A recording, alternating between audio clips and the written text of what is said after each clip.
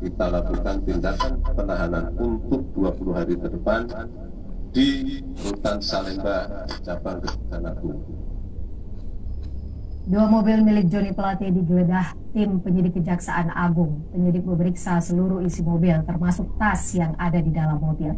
Dari penggeledahan itu, tim penyidik menyita sejumlah barang milik Joni Plate seperti telepon seluler, KTP, ID card, dan beberapa dokumen hingga amplop putih.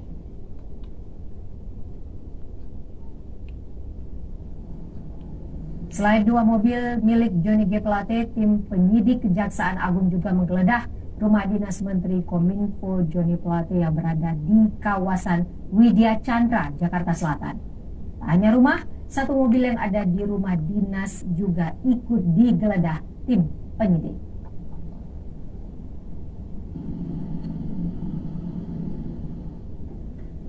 Setelah menahan Menkominfo, penyidik Jampitsus Kejaksaan Agung menggeledah kantor Menteri Komunikasi dan Informatika di Jalan Medan Merdeka Barat.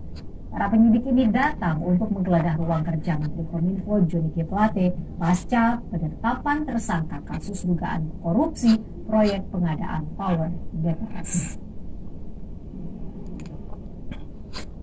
Untuk mengetahui lebih jelasnya, sudah bergabung jurnalis Kompas TV Triksi Valencia. Triksi,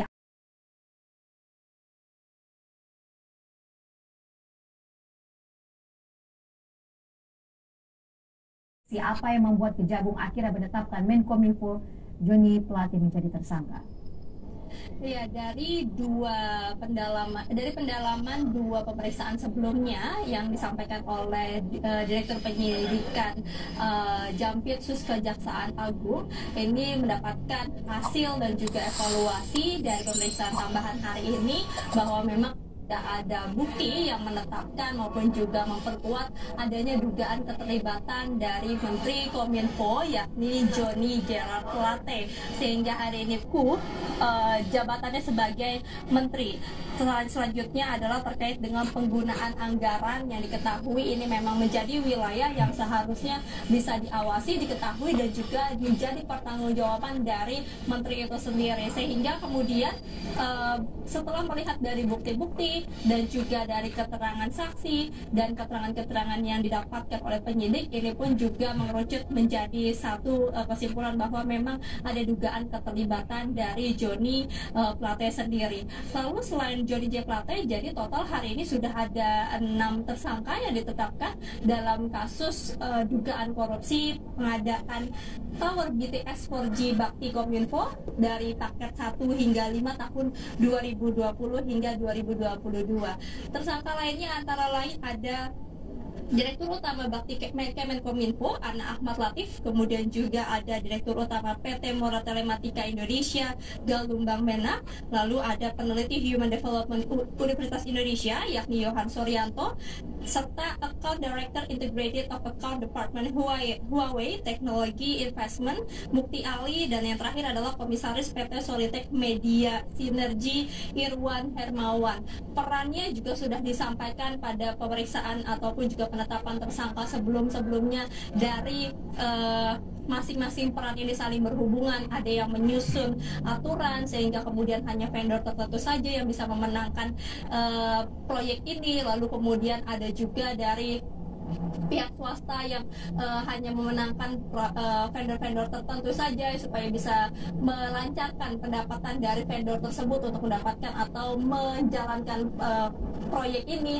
Dan selain itu juga tadi yang disampaikan adalah terkait dengan peran dari Joni Plate selaku dari Menteri Kominfo sendiri, Ipo dan juga saudara.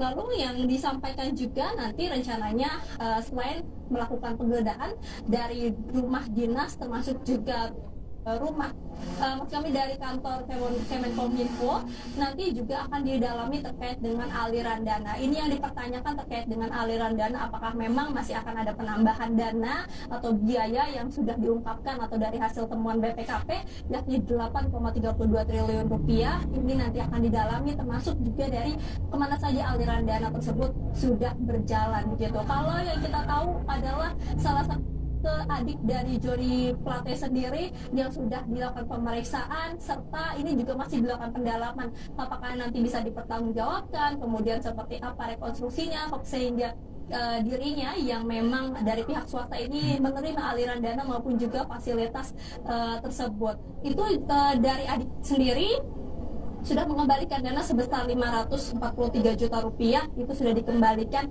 akan tetapi memang terkait keterlibatannya juga ini masih didalami dan juga akan dikembangkan. Setidaknya itu yang tadi disampaikan oleh Dirdik dari Jampitsus Kejaksaan Agung, Ibu dan juga saudara.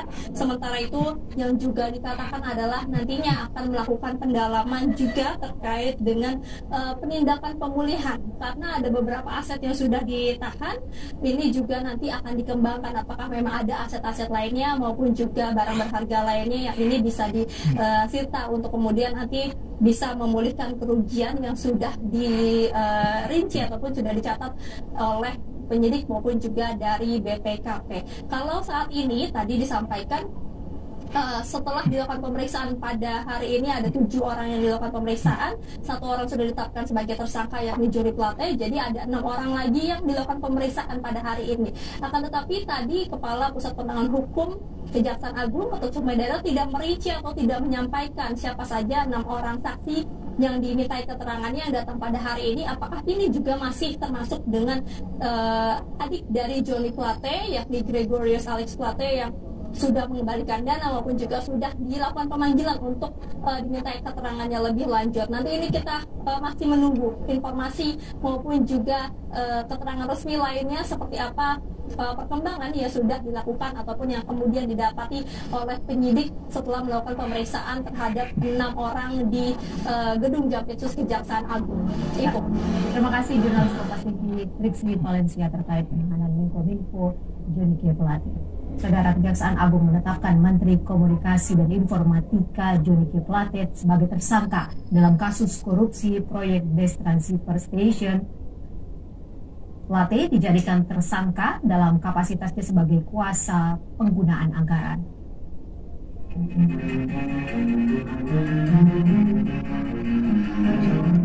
Kejaksaan Agung menetapkan Menteri Komunikasi dan Informatika Joni Plate sebagai tersangka dalam kasus korupsi proyek Best Transceiver Station atau BTS. Plate dijadikan tersangka dalam kapasitasnya sebagai kuasa penggunaan anggaran. Kuntadi menjelaskan bahwa berdasarkan BPKP, kasus korupsi tersebut telah merugikan keuangan negara sebesar 8,03 triliun. Kasus tersebut juga dinilai strategis lantaran menyangkut taraf hidup orang banyak yang terkait dengan infrastruktur telekomunikasi. Tak hanya Joni, adiknya Gregorius Alex Plate juga terseret dalam pusaran dugaan korupsi menara BTS Kominfo ini. Meski demikian, adik Joni disebut telah mengembalikan fasilitas yang diterimanya dalam bentuk uang sebesar 534 juta rupiah terkait pengadaan menara BTS 4G Bakti Kominfo. Namun masih ditelusuri apakah fasilitas yang dinikmati adik Joni Plate berkaitan dengan jabatan kakaknya sebagai Menkominfo. Kita juga ingin tahu fasilitas yang telah dinikmati oleh saudara GAP, adik yang bersangkutan, apakah itu terkait dengan jabatan yang bersangkutan atau tidak. Namun yang jelas sampai saat ini fasilitas yang dia terima telah dikembalikan.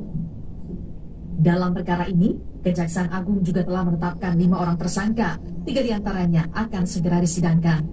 Ketiganya antara lain Direktur Utama Bakti Kominfo Anang Ahmad Latif, Direktur PT Mora Telematika Indonesia Galubang Menak, dan tenaga ahli HUDEF UI tahun 2020 Yohan Suryanto. Tim Liputan Kompas TV.